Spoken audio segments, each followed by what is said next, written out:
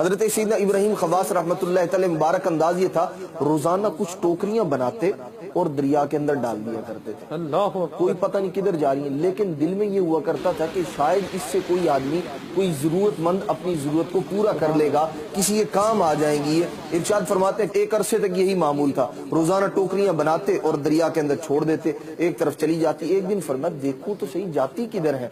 हजरत सैयदना इब्राहिम खवास रहमतुल्लाह तआला फरमाते हैं कि मैं चला, उस दिन टोकरियां ना डाली मैंने और मैंने चलना शुरू कर दिया। फरमाते काफी दूर पहुंचा तो दरिया के किनारे एक बूढ़ी औरत बैठी रो रही है।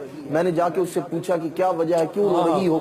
उसने कहा कि बात दरअसल ये है, रोजाना इस दरिया से मुझे टोकरियां मिला करती थी, 5 बच्चे हैं मेरे और शोहर जो है उसका साया सर से उठ गया है, ये 3 बच्चे हैं, एक अरसे से टोकरियां आ रही थी, बेचती हूँ, उनसे गुजारा करती हूँ, आज टोकरियां नहीं आई इसलिए रो रही हूँ। हजरत सैयदना इब्राहिम खवास रहमतुल्लाह तआला इरशाद फरमाते हैं कि मुझे उस वक्त एहसास हुआ मेरी टोकरियों से 5 यतीम बच्चे पल रहे हैं। इरशाद फरमाते हैं कि मैंने उसके घर का सारा खाने का बंदोबस्त खुद किया और एक अरसे तक मैं उन 5 यतीम बच्चों की कफालत करता।